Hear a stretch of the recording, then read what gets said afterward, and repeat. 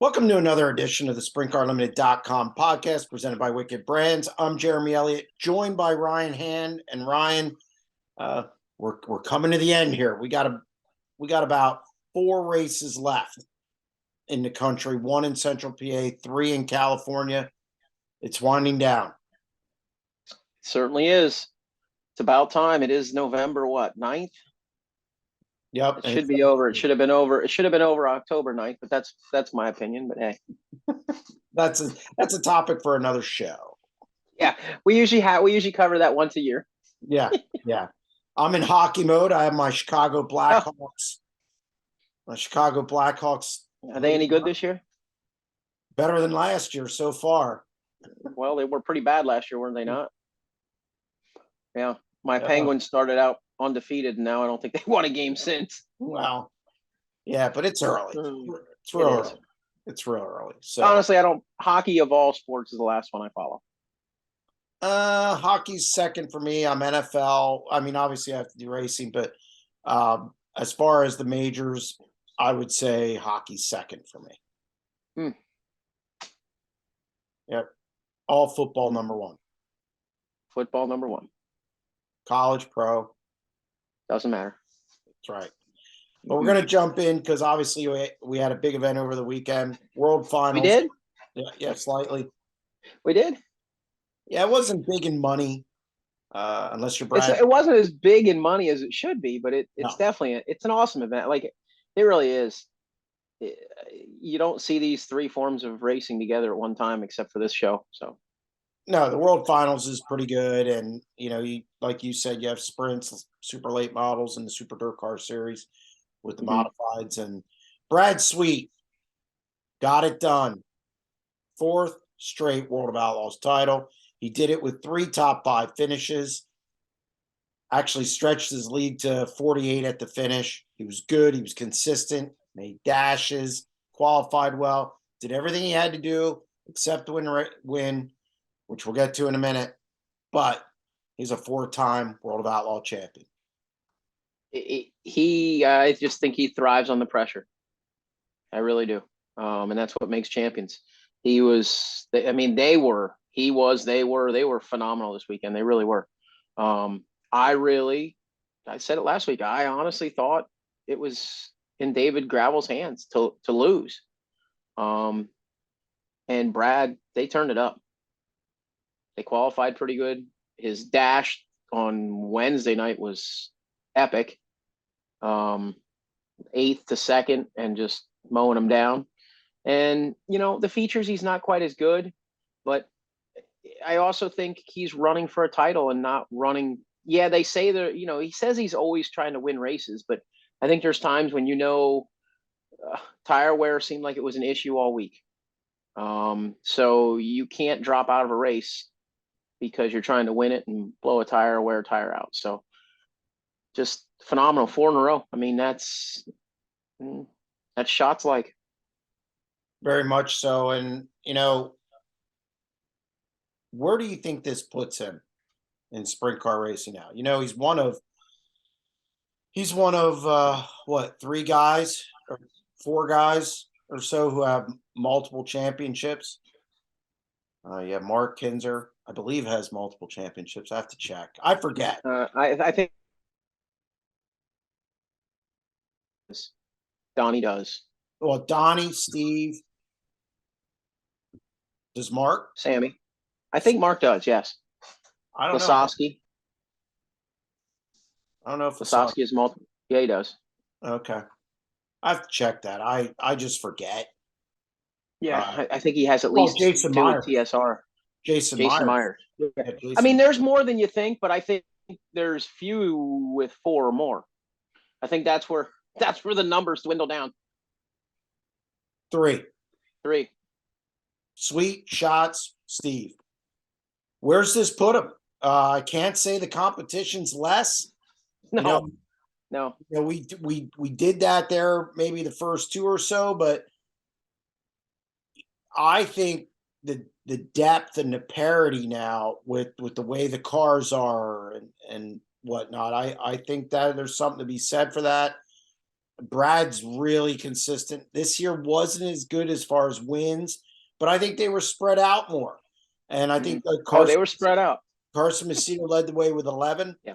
But I don't know. I think this puts Brad in the top 5 all time. I mean, I would. For me, it's too new. You know what I mean? Like I'm comparing him to perennial guys like Steve, Donnie, Doug Wolfgang. I mean, we leave Doug Wolfgang out of that because there was many years he won 50 races and didn't race for a point title because he raced everywhere but the same place all the time. So, I mean, I don't know that Brad's on my Mount Rushmore yet, but I think in 15 years, if I look at my Mount Rushmore, he might be on it. It's too new. He's still going. Like he's still adding chapters to his career. So, yeah, certainly he's well on his way to being one of the top 5. I mean, few have, like you just said, only 3 guys have won more than 4 or more. So that's really good company. Yeah, and when I say that, like, I don't mean Mount Rushmore sprint car racing. I don't believe that. But I do think he's one of the top 5 World of Outlaw drivers of all time. When I say that, somebody who's made their career with the World of Outlaws. Right. You know, like a Kinzer, Sammy, Doug Wolfgang. Yeah. You know, Mark Kinzer was pretty good there with Carl. And you got to put Brad. I mean, he's won the Knoxville Nationals. He's won the Kings Royal. He's won at Williams Grove now. You know, Charlotte's one of the places he hasn't won. I think he's like 0 for 35 there. So, and that's mind-boggling because I know them guys test there. I don't think they did this year, but I know they test there. Like, it's mind-boggling that he hasn't won a race there. It's amazing. It's amazing. But the one thing I'll say about Brad, the guys that we're speaking of, Brad does not win as many races as some of them guys. Right. That's the only thing that takes him and separates him maybe like from this tier to maybe this tier is the fact that he's never won probably how many what's the most races he's won in a season? 16. 12. Oh, he did do 16. That's 16 pretty good with the Outlaws. But it's not repeated like Donnie would win 20, 20, 20. Steve would win 30, 30, 30. Sammy had his years, you know. And even like this year, I mean, I think Carson won 11. That's a pretty good for as spread out as everything is right now. That's a pretty good number. He was the only driver, World of Outlaws regular, who competed with the series who hit double digits. Yeah. Yeah, Sheldon just missed it. I think Sheldon had 9, right? He had 9. Yes. So good competitive year. Brad Sweet. Okay, maybe, all time though, top 10. No, and that's all across. No, that's all time across sprint car racing, no doubt. Yeah, top 10, no doubt. Yeah, absolutely. But hey, the book's still being written, so yes, in 5 more years we could be talking about 9 in a row and go, he is Mount Rushmore. You don't know. Surprisingly, David Gravel did not have a good weekend, and I blame you for me, my fault, Jinxie Cat, because he had 2 10th place runs and a 6th, just could never get going, and just then he was in the dash the final night, and then there was an incident with Cole and Carson Macedo where he got crashed. The car wasn't right after that. He just couldn't make any headway down at Charlotte, a place he dominated in the past. So he settles for a 2nd place run in the points. Still not bad at all. Not bad at all. I was a little shocked that he didn't run better at Charlotte, I'll be honest with you, because they were on it. I mean, they beat Brad the seven races prior to Charlotte. Yep. Beat him. And yeah, it is a little surprising that he did not do better at Charlotte, I'll be honest with you. I was stunned. Qualified well. Always does. Night at a heat race, he dropped from 2nd to 4th. He got into 1 and kind of got high, fishtailed, and guys went by him. Just uncharacteristic. Maybe the pressure got to him. Maybe it didn't. I don't know. That's hard to say, but just wasn't a typical weekend. And this came after, 7. He beat Brad 7 straight nights. So Did it even out because Brad's so good and whatnot? I don't know. I think you just chalk it up as a bad weekend and that's it. Yeah, it was a weekend when things didn't go his way and the team's way, and you know, it just unfortunate timing. But I mean, 7 weeks, 7 races in a row, it went fantastic. So you're gonna have a lull at some point. It just it just is in the highlight of the end of the season, and it's unfortunate. But I mean, second place is nothing to cry about. So I mean, they had a great year. Uh, definitely, probably it's either him or Carson for the fastest car in qualifying every night. So I Yeah. mean, that puts you in a great position to win and get top fives every race. So yeah, I mean, they certainly nothing to hang your head about there. No, I agree. Speaking of, we haven't talked much about winners. The big winner of the weekend, as far as the races, was Donnie Schatz. Wins Friday night, comes back Saturday, wins again. Donnie was the fastest car all weekend.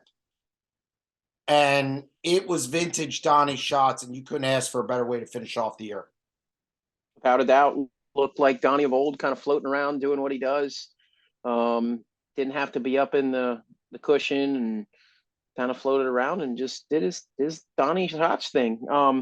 One thing I'll say, I think I know I've heard that he went and tested there when the late models were there testing, and it certainly helped because he was without a doubt, I would say, the best car racing for sure. I mean, even time pretty good, but he was Well, the best car racing. the way it worked out is they had the motor from Knoxville. And I guess they were talking about it with the engine builder. The engine builder said it probably wouldn't time well the rest, as far as at certain tracks throughout the year. They didn't use it, didn't put it in until Friday.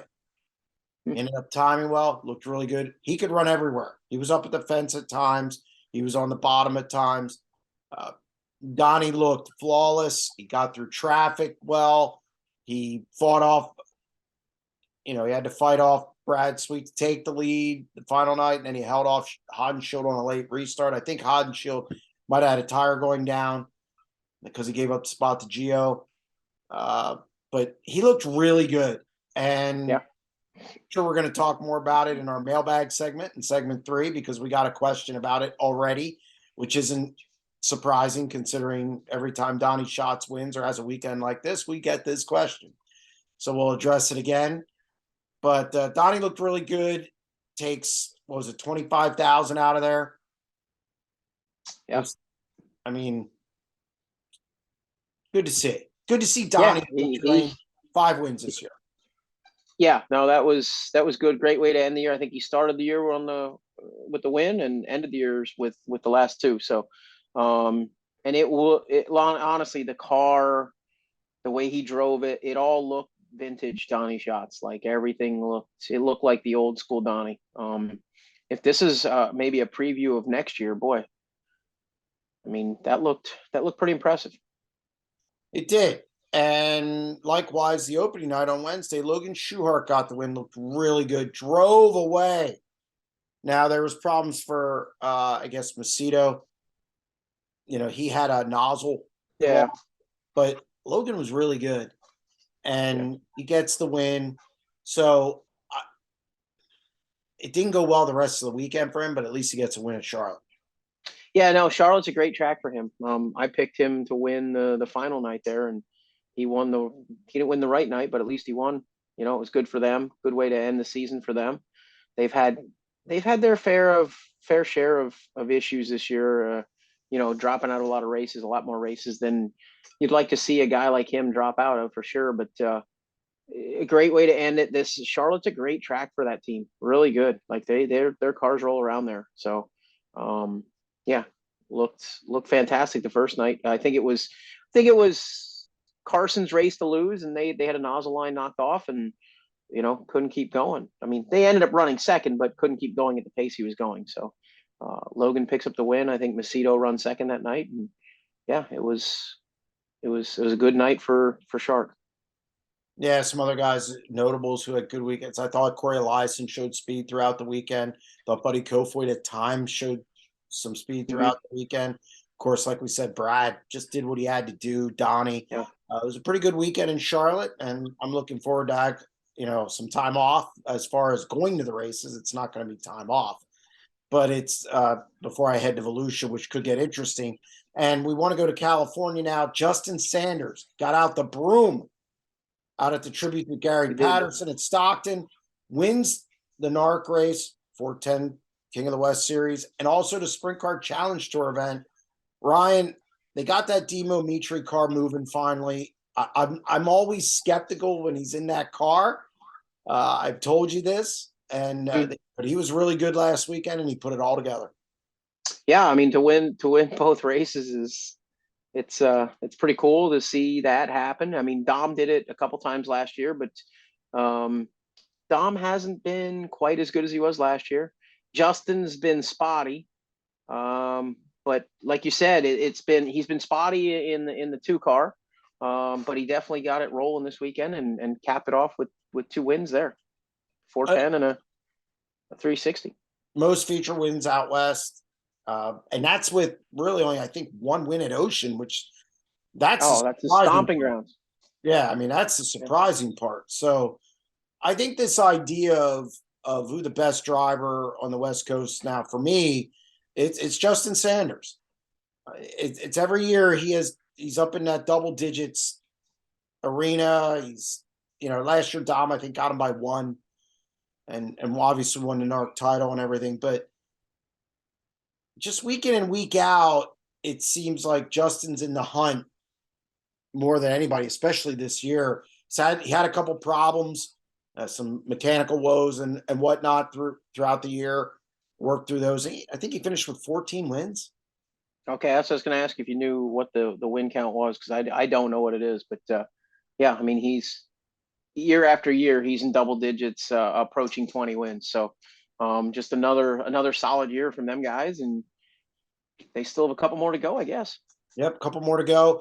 Dominic Scelzi clinches the NARC King of the West title again. No surprise, kind of coasted to the end of this one. Andy Forsberg wins the Sprint Car Challenge Tour title. Yeah. So they didn't have 53 cars in the 360 this weekend either. No, they did not. No. I know you were watching that car count thing. I watched that car count thing pretty hard. I do. I know that's your thing. It was I was almost virtually the same this weekend. It was pretty close. Yeah, it was pretty close. And I don't think either division had a B main. Yeah, I don't think you could be happy about either of those, but no. California's different. And the car count matched the fans in the stands. Yeah, that wasn't good either. I just don't know out there. I still can't figure out that fan base, because there's a lot of nights it looks a little light. And I just, hey. Yeah. If that was in Pennsylvania, it would be a major story. Crucifixion. Yes, absolutely. Yeah. So, did you happen to catch Brian Carter, CEO of the World Racing Group, on Wing Nation yesterday? No, I did not. Okay, he did his 45 minutes. He talked a lot about, state of the World Racing Group, numbers and, record year. He also talked a little bit about high limit. He also talked a little bit about transparency. And I would encourage everybody to go listen to that. There's a couple items in there that I found to be just, I don't know if I would have said that. Especially, there is a riff there, bottom line. No. And I don't, nobody wants to address it. I've been in the pit area. So, and I've talked to a few people. There's definitely a riff there. I don't know where it goes. We're going to probably address that a little in segment 3, as we got a mailbag question, of course. So we're going to leave it right there. That's going to wrap up segment 1, SprintCarUnlimited.com podcast presented by Wicked Brands. We'll be back in segment 2. Stay tuned.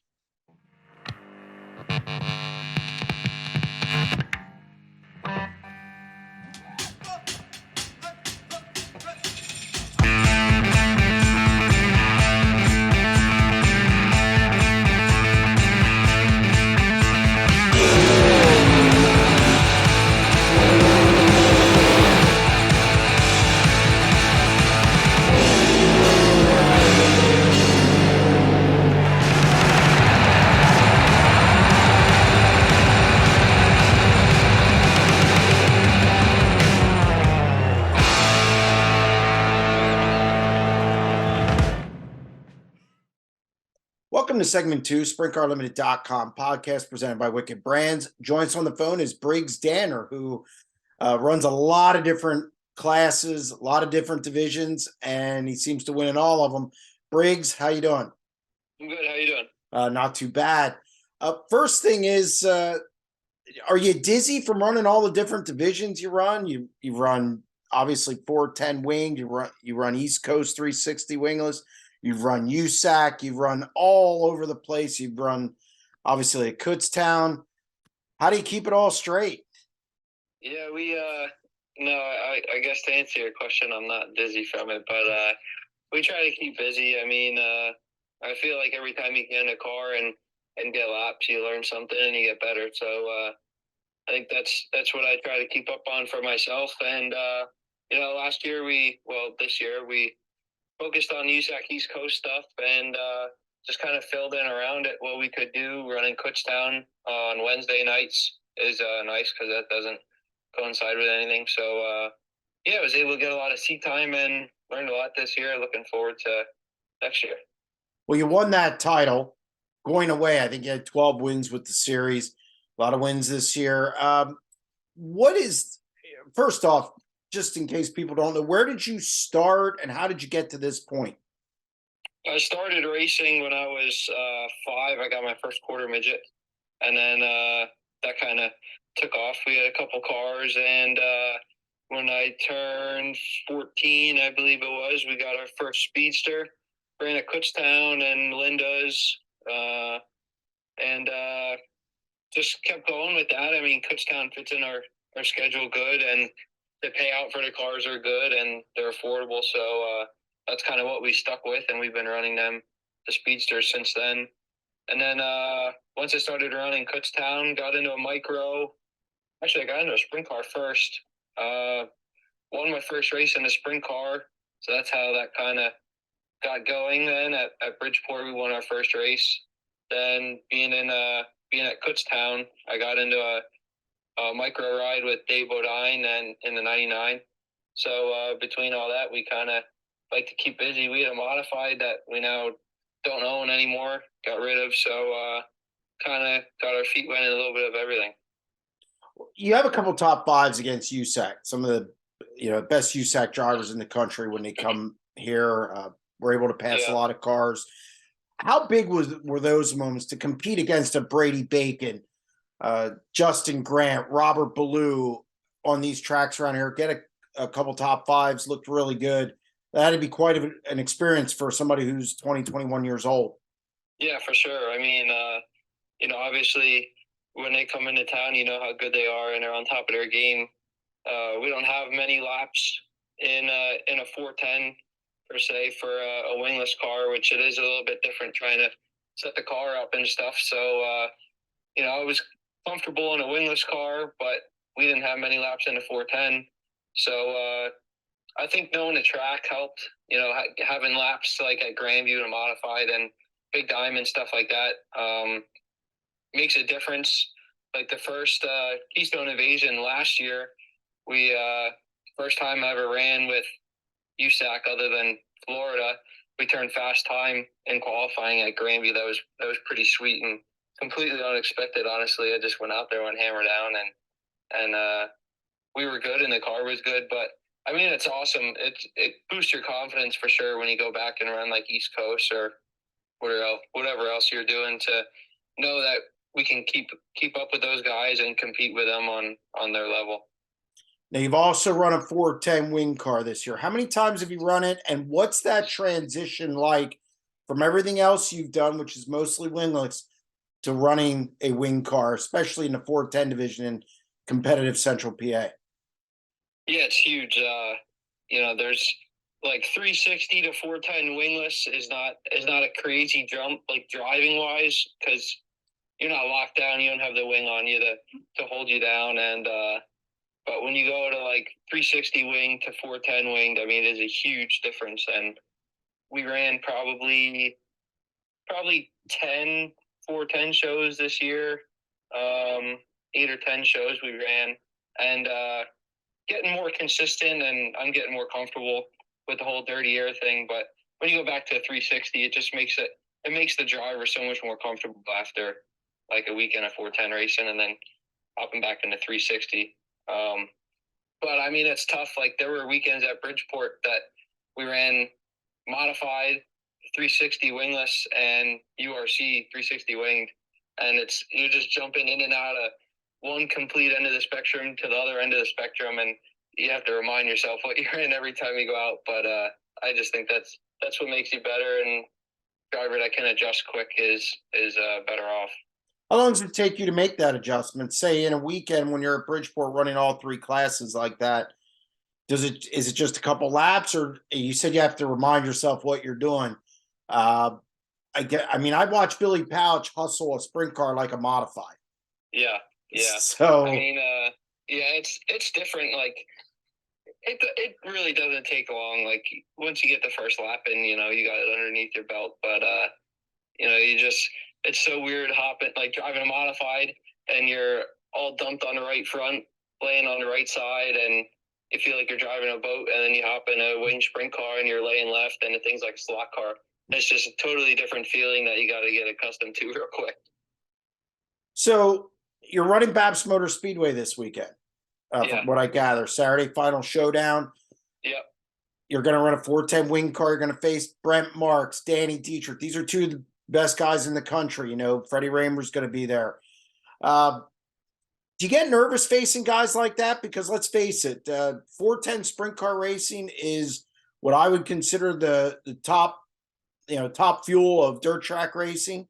And you're going against two of the best, and one of which in Marks, who has the most money won this year. What's that like? And do you watch them and try and learn from them, kind of to cut that learning curve?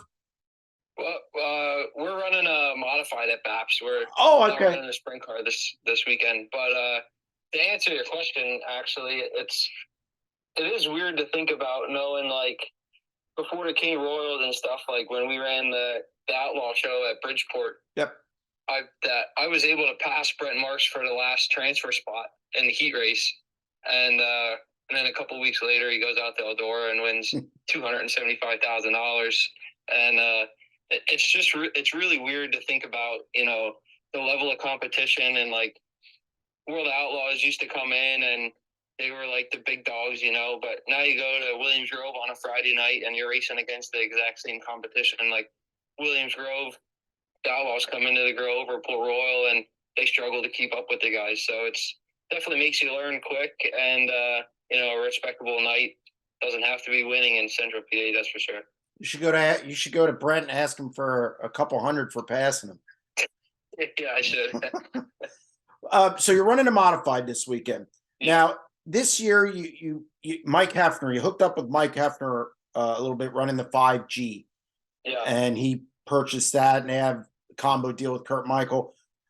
Mike Heffner obviously has the 410 sprint car, and he had Sealands Grove up until this year. He is a part owner at Lincoln Speedway. What was it like bringing Mike Heffner into your operation? Yeah, I mean, it was great. After Bill passed away, I was thankful enough that Bill Gallagher's kids were allowing us to finish the year off with what we were doing. And at the end of the year, Mike Heffner stepped up and kind of took everything over. And I was lucky enough, and the team was lucky enough, that we were able to keep everything the same. Kurt was staying, all the guys were staying. It was all the same equipment that we had. So I think that was really key, that we didn't have to start fresh. We didn't have to learn anything new really with cars or anything like that. So we already had our program going in the right direction, and we just tweaked on it a little bit. And with Mike and John Schneider involved, we were capable of doing whatever we could. And I think that was key to staying consistent the way we were this year. Now do you go to school yet, or are you working full-time job? Because you got a lot going on. No, I don't go to school. I work for the family business. We do paving, excavating. Wow. You're it's never ending. No, it's not. So all these cars you drive, what is the goal? Like what do you hope to do next year? Do you hope to progress into the 410 wing ranks? Where do you hope to end up? What's your plan for 2023 and beyond? Yeah, I mean, I think the goal is just do as much racing as we can, really. I think we're kind of gonna be bouncing around next year all over the place. We're gonna be running some wing shows, some PA shows, and we're gonna be running some more national stuff with the wingless car, like some USAC shows, hit bigger shows there. Try to get out to like Eldora and stuff like that. Hopefully run Indiana Sprint Week again, maybe SmackDown, run Eastern Storm again. So we're kind of going to be all over. We'll try to do a lot of learning, which the wing car side of things is there's going to be a lot of learning going on there for myself and getting the car dialed in, stuff like that. So we'll kind of be all over and just try to log a lot of laps and see what we can learn. When you do jump in a wing car, a 410 wing car, do you lean on anybody for some advice, or do you just kind of do things on your own? I mean, we kind of have our own thing going right now. Kurt's been around wing racing in general long enough that I'm never out to lunch with where we are. But I mean, we always ask around, and all the guys that run the Central PA stuff, they want to help everybody out. They're not going to tell you every little secret, but they want to get you going in the right direction, and they're all a good bunch of guys. Is the goal to end up in a 410 wing car full time? I don't know. It kind of depends how good we do, I guess. My end goal is just to be able to bounce between a wingless car and a wing car and go run USAC National one weekend, and then the next weekend go to Port Royal and be a winning competitive car too. So I think that's kind of the goal. I don't necessarily just want to run 410 wing, but in order to get better at wing, you got to run a lot of laps. So possibly one day it'll come to that, but for now, we're just going to be bouncing back and forth. You get bored with one division? I guess. Yeah, we always try to stay busy. So Seems the like more time you get, the better off you are, I think. It seems like you like to diversify and throw a couple challenges at yourself. Yeah. Yep. Well, Briggs, thanks a lot for coming on the show. We appreciate it. Yes, thank you. You're an up and coming guy in sprint car racing, especially in this area. Hopefully, get an opportunity, and hopefully we see more in the winged ranks as well. Yeah, sounds good. All right, thank you very much. Thank you, appreciate it. Yep. You always get more at Red Robin. More to crave, more to share.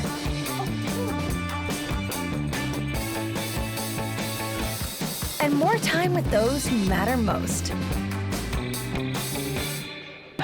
At Red Robin, you get all the fulls. Red Robin, yum. Where bottomless steak fries are free with every burger. Welcome back to segment 3, SprintCarUnlimited.com podcast presented by Wicked Brands. Ryan, we're going to the mailbag. Seems like this is a popular segment every time we have a bigger race or a bigger weekend or going into a bigger weekend. And this is no different. And obviously the first question is, it comes from Pennsylvania, shocker. And it says, with Donnie Schatz's sweeping Friday and Saturday programs at the dirt track at Charlotte, did this team find something? And how do you think that's can he contend for a title next year?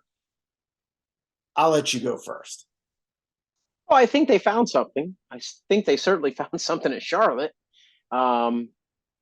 Charlotte doesn't always translate into every other track in the country. I still am not sold that he's gonna. I mean, last year at this time, I was probably saying, yeah, he's gonna win the point title, but I'm not sold on it. I really am not. I mean, because I'll be honest with you, because I think next year is so up in the air. I think it's just who could be racing for the point title? We don't even know. I think they're better right now than they were mid-season, or maybe earlier than mid-season. But as far as, man, you got to knock Brad off first. Okay. I've talked to a couple crew chiefs who are pretty well known in sprint car racing. They say it takes 5 years to develop a motor program from the ground up. I don't know if you believe that or not. Where are you on that? Now, this was a new motor program. It wasn't. Yeah, no, this isn't like you're taking a Chevy and doing something with it. you are building it from the ground up. The Toyota thing is not gliding along smoothly either. So, yeah, no, I'd say 5 years is it's probably going to be close to that.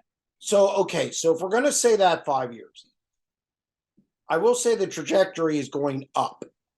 Yeah. I do think Donnie's better than he was. We saw that at Charlotte. We saw that at Knoxville, even though he said he really wasn't good during the Nationals A main. He kind of hustled it around there. And if there's anybody who can hustle a car, it's Donnie Schatz. So, but I do think he's better. Can he contend for a World of Outlaw title? If everything stays as is, God, I've been burned by this 2-3 years now.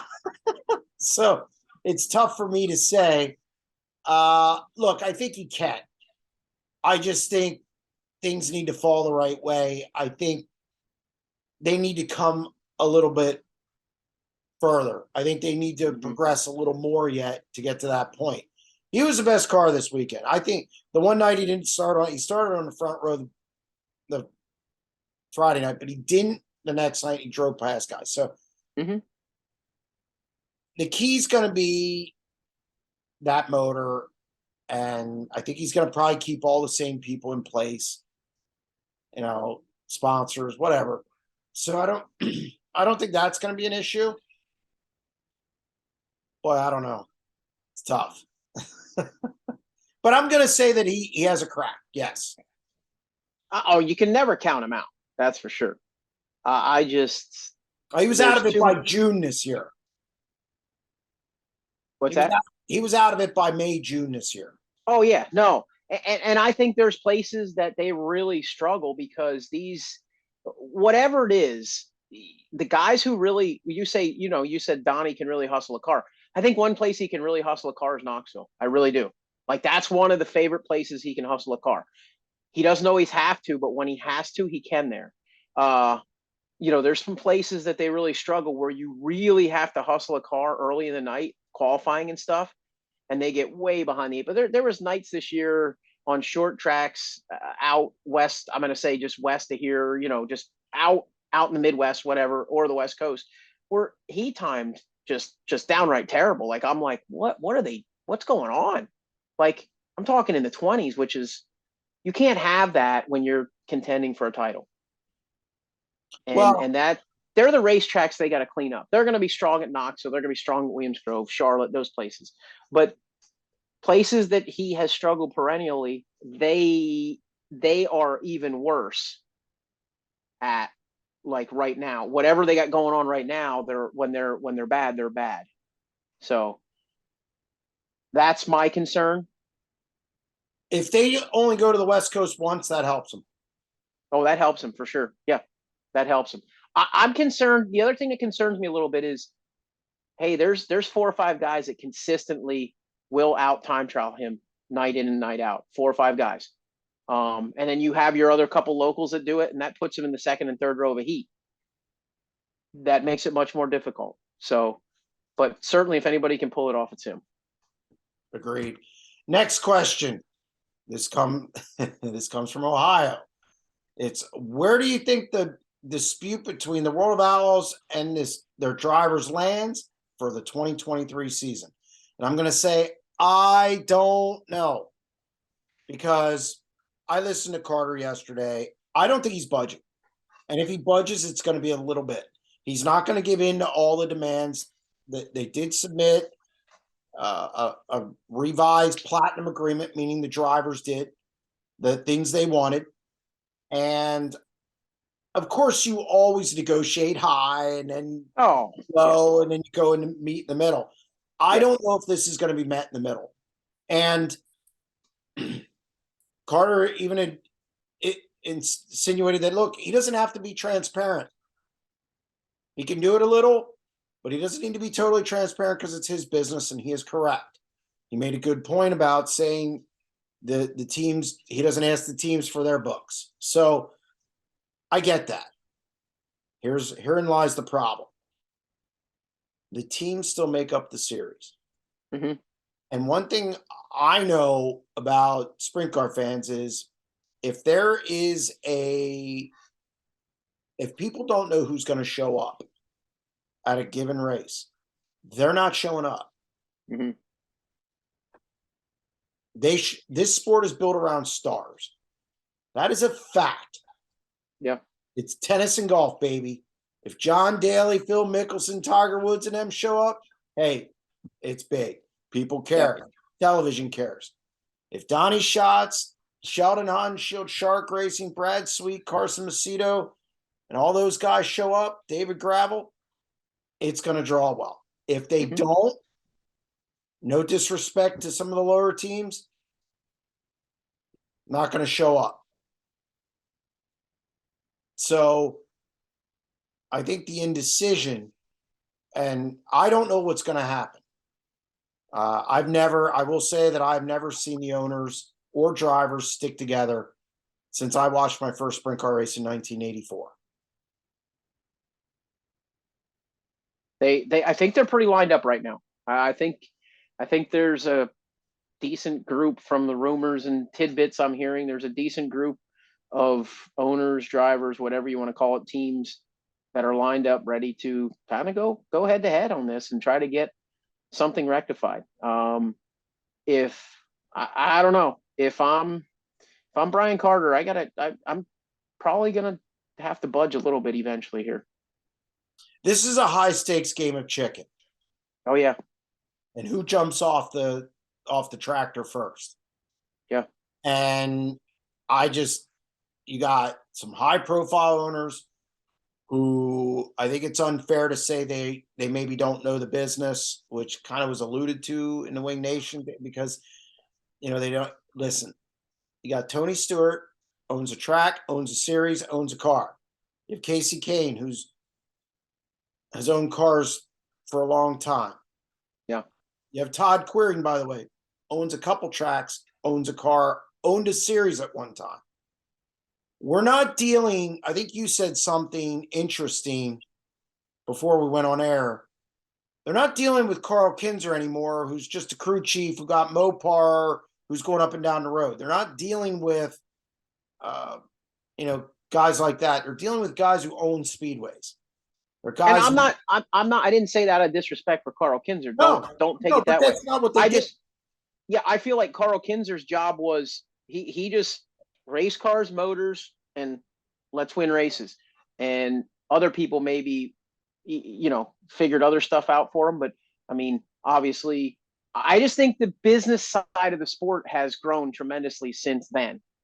And we have some probably a little more savvy people backing teams or as part owners and stuff like that of teams. So I didn't take a shot at Carl Kinzer, but I just think and I know you did, but yeah,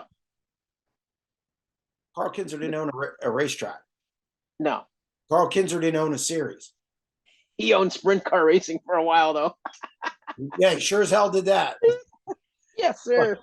But I don't know where this lands. I do not know what the landscape holds.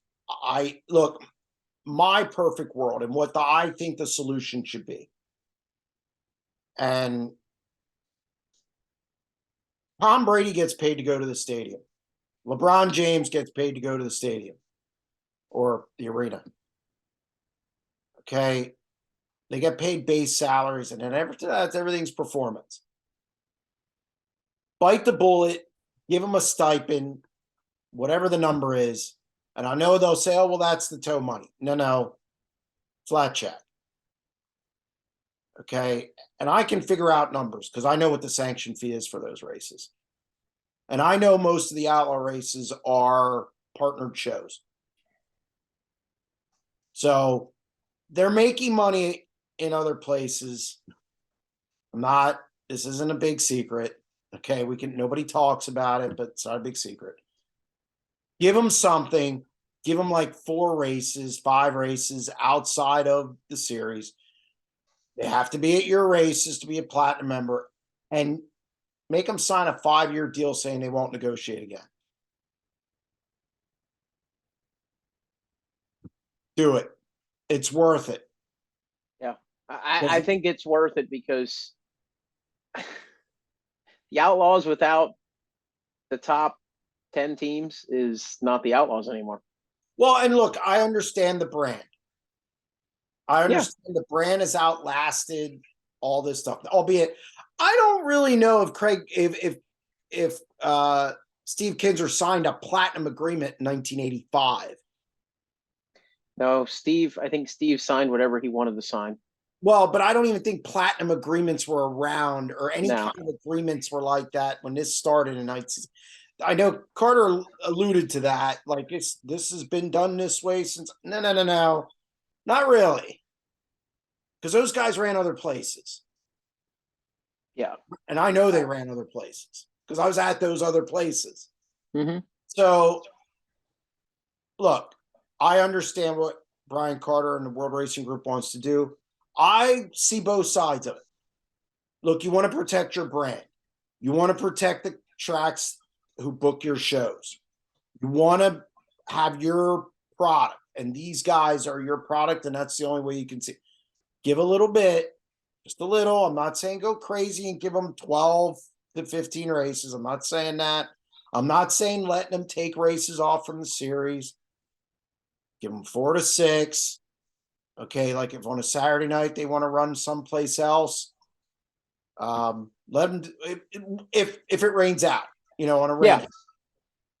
give them a chance. That counts against their Yep. 6.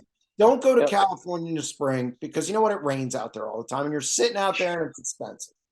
Yeah. Sorry, I love California racing, but you know what? Tough. And give them some more. Give them a flat check when they sign. And say, look, give it to them in June. I don't care. Give them 40,000 each, whatever it is. Okay, it's $480,000, and for it's an extra $480,000 for 12 teams. Give them 60. It's 720,000. Don't tell me that that's too much, because streaming, you can't tell me on one end that streaming's really, really, really, really good, and then tell me it's really, really, really not as lucrative as you say. So the truth lies in between. Mm-hmm. But I do sympathize with trying to protect your product. I'm with you on all accounts. I say 6 to 8 races outside the World of Outlaws. Race every race with the World of Outlaws, and so be it. Yeah, I understand wanting to protect the product, though. I get that. Yeah. I would be squeamish too if I was Carter on that. I'd worry about, and you got to worry about your tracks who book shows. I totally get that. I understand. Yeah. It's just, let's hope cooler heads prevail here and they get it worked out. David Gravel. David Gravel had a bad weekend and didn't look like his normal self. Is he going to be able to get over a hump and win a World of Outlaws title? I'll let you go first. Got to beat Brad Sweet. We all know that. That's the answer right now. I don't know what else to say. Look, I think this year, I think there's going to be, from what I've been hearing, there's not many teams that are coming back with their same guys. Like, I would say very few teams. You said Donnie's team they think they're coming. I would be willing to bet Donnie's team might be one of the few teams on the outlaw circuit that's coming back the same as they ended the year. I think that means a lot. I think Brad's team has been in place for all 4 years that they won the point championship. And David's team is, it's been him and Cody for 2 years now. They're definitely learning each other. They're definitely closer. Do I think he can win a title? Yeah, I think he can. I think David's very talented. I think Cody's very talented. I think they got to get the weak. They got to get the highs and lows flatter. You know what I mean? It's just hard to beat Brad when he's probably averaging a 6th place finish for the year. It's hard to beat that. That's hard to beat consistency. I'm going to even go bolder than you will. I'm going to say I'm going to say David Gravel will win multiple World of Outlaw titles at some point. Yeah. He's 30 years old. Okay. He's accomplished so much in this sport. He's one of 3 elite drivers in my mind. There's 3. Okay, that's it. Okay, it's Donnie, Brad, and David. Carson Macedo's flirting with it. Now, look, I'm not counting Kyle Larson. Okay, I'm not the part timers. I'm not considering that. But, I have a certain criteria for elite. Brent Marks is flirting with it. Won a national open. I mean, the last 2 years have been really good. And if he puts together another year like this or comparable to this next year, you have to start floating him up into that category. So, but I think he gets lost in the shuffle a little bit because he isn't racing the World of Outlaws full time. But he certainly comes in and hits enough shows, wins certainly enough shows, dominated Speed Week this year. Yeah, no, he's definitely one of the guys there is right there. It would be interesting to see with what he's got going on right now. But I think it takes a little mojo away from the team too when you go out on the road and you do all the Outlaw shows. Like, I don't know if he could run top 5 in the points with the Outlaws right now, as good as he's running, just because there's going to be places where, look, right now he goes to tracks that really suit him well. He's not dumb. Why would you go to places? He's not going World Outlaw racing next year. No, I'm not saying he is, but I'm just saying if he would run the World of Outlaws full time, you think he'd be in the top 5 in points? So, but he's really good right now. I know, but there's going to be places we see really good because he's really smart. He goes to places that suit him, that suit his team, that they do well at. Why wouldn't you? Right. It's the places that you aren't good at that separate. That's where the separation comes in between Brad Sweet and everybody else. Yeah. When he's not good, he's still 6, 7. And he figured it out at Williams Grove and got a win this year. So yeah. But gravel definitely at some point is going to win multiple titles. Look, he went into this week. This is the first time he was in line for a driver's championship. It didn't go well. Now, why didn't it go well? Look, we can pick it apart all. It'll get there. It'll get there. I mean, I can't say it didn't go well. Jeremy, he finished in the top 10 every night. 10th, in a 10th, 50 and 6th for that team isn't good. I understand that. Against a 50-car field of some really good cars. Okay? Yeah. But it's not like he ran 15th 3 nights in a row. Like they totally shit the bed. He was visibly disappointed with that effort. I mean, look, it was right there. I mean, you don't get opportunities like this all the time. Like now you got to put a whole nother year together. All they would have had to do is put 3 extraordinary nights or 3 better than average nights together and beat Brad, and they're the champions in 3 nights, basically. Yeah. I mean, they won the champion. If they would have won the championship, they would have won the championship in 10 races, in my opinion. That's the way I would have looked at that deal. Yeah, I don't think he lost it, though, because I know, and when I asked him, he kind of corrected me. I said, you have to lose a title before you win one. And I didn't mean it in that he lost it, because if he would have won each night, which that's a tall order to win all 3 nights of World Finals. Yeah. He was still going to need a little bit of help, like Brad couldn't finish second each night. That's only 12 points. Yeah. So again, but I do think you need to be in the hunt, not come through, and then next time is your time, so to speak. I think that happens at times. So I think David's going to be fine. I think he's going to win races. I'm going to say he wins more races next year than he did this year. He won 7. I'm going to say he wins more. Yeah, I think he'll win more. Something you said about him and Cody being together again. From what I gather, that's going to happen. The team's going to be coming back intact. I think that means something. Look, Brad Sweet has had the same team for how long? At least 4 years. Yeah. When Donnie Schatz was winning championships, they had the same guys there. Yep. So it's only a matter of time until David Gravel's sitting on top of the podium. Yeah. At the banquet or whatever celebration they have, which, by the way, that's another story.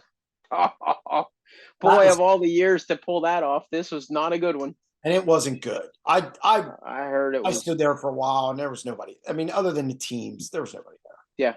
There was no one there. So, well, who even knows where the late model pits are at Charlotte? I mean, seriously. Because they said it was below the late model pits. Was.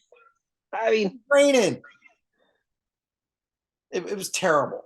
Whoever came up with that idea and how that worked out, I heard that they couldn't find a place or whatever the case is. It's a monumental fail. So that's it. That's all I'm going to say about it. But that's going to wrap up segment 3, SprintCarLimited.com podcast presented by Wicked Brands. We'll be back in our 4th and final segment where, yes, we still have some picks to go. Stay tuned. Moose's LZ Bar and Grill in Jonestown, PA has a history of providing great food at a great price. They have daily lunch and dinner specials, including baby back ribs on Monday, dollar tacos on Wednesday, prime rib on Friday and Saturdays, and seafood on Sunday. They also have daily drink specials. The deck is open all year round and features live entertainment May through September. For more information, go to www.mooseslz.com.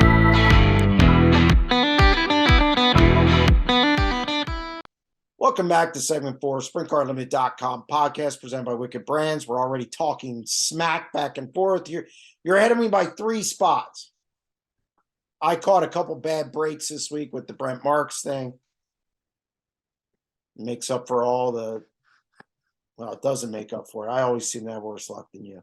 But regardless, coming into this week, it's close. I chiseled that down to 3 wins. You're only ahead of me by 3 wins. We got 4 races left. I'm going to hit them all. And I'm sure we'll tie Australia into this somehow before the new year. No, we won't. Come on. No, we got 4 races left. That's it.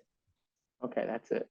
Yeah, we got this weekend. We got Baps and Antioch, and then we got Merced next week. And stop it with. I'm not going to add races. Come on. All right. I'm not that type of guy.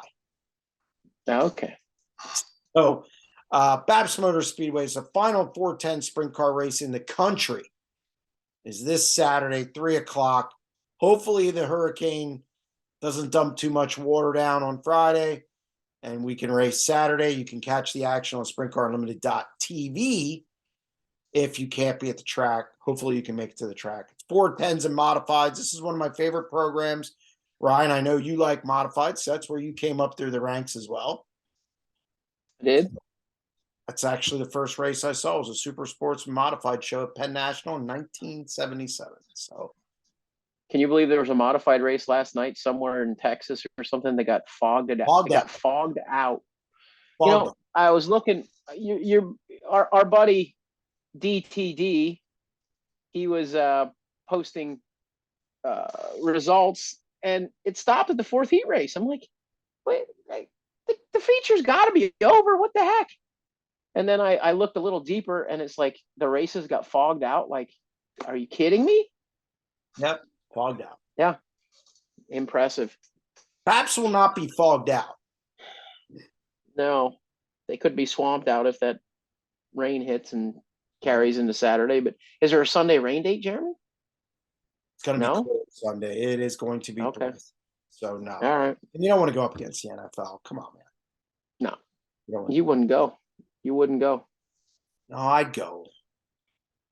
I like that. All right, your pick. You're up first. Danny Dietrich. That's what I figured. Danny Dietrich. I'll take Brent Marks. I figured you would. Mm-hmm. Figured you would. Danny has. Feel okay about that? Danny has some redemption there to get done. He's usually. I'm actually surprised Brent's racing there. I really am. Not there. I'm just surprised Brent's still racing. I thought that would be it. No, I don't understand why people. I mean, $6,500. That's pretty good. It's November, Jeremy. It's November, Jeremy. Yeah, but that show's drawn shark racing. Everybody already sold everything. The flea market was last week. No, shark racing's coming to that. The problem is the wedding. Shark racing won't be there this week. No, Jacob Allen's getting married. Jake's tying a knot. It's tying a knot. Yeah, well, okay. But Antioch out on the West Coast. We haven't had many races at Antioch this year. It's an interesting place. But here's the kind of the big deal with this. We have no idea who's going to be there for this 360 race. Yeah, and we're picking it. What a And we're- genius idea. Why not? Okay, well, I'm going to take Golovic. You take your Golovic. Go ahead. I'm going to take Justin Sanders. I knew it. Hey, worked for me last week.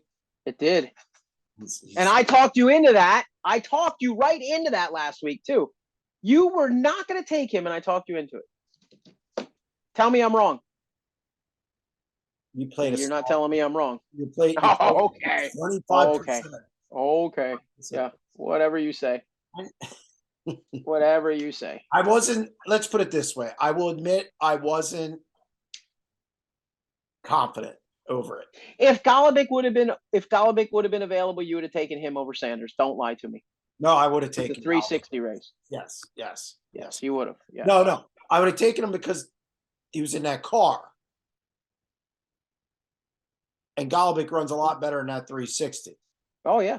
Golovic's 360s rock. So don't if that was been the 4SA, it would have been no problem. Okay. But I have renewed faith in the 2X. All right. Well, hopefully you get a race in at Baps, and hopefully Brent wins, and then we can all. I can lock up the wins, for the year. I mean, honestly, if Danny doesn't win, or even if Brent doesn't win, it's pretty much I can't really lose. Yeah, neither of us are going to take a bath this year. This year was the tightest year with the split. Yeah. It was. Yeah. It was really good. So. Mm-hmm. But that's going to wrap up this edition of the SprintCarUnlimited.com podcast presented by Wicked Brands. Stay tuned to SprintCarUnlimited.com all week for your sprint car needs. We're going to have plenty of coverage, obviously, throughout the offseason and any racing news. And we'll be back next week with another show. Stay tuned.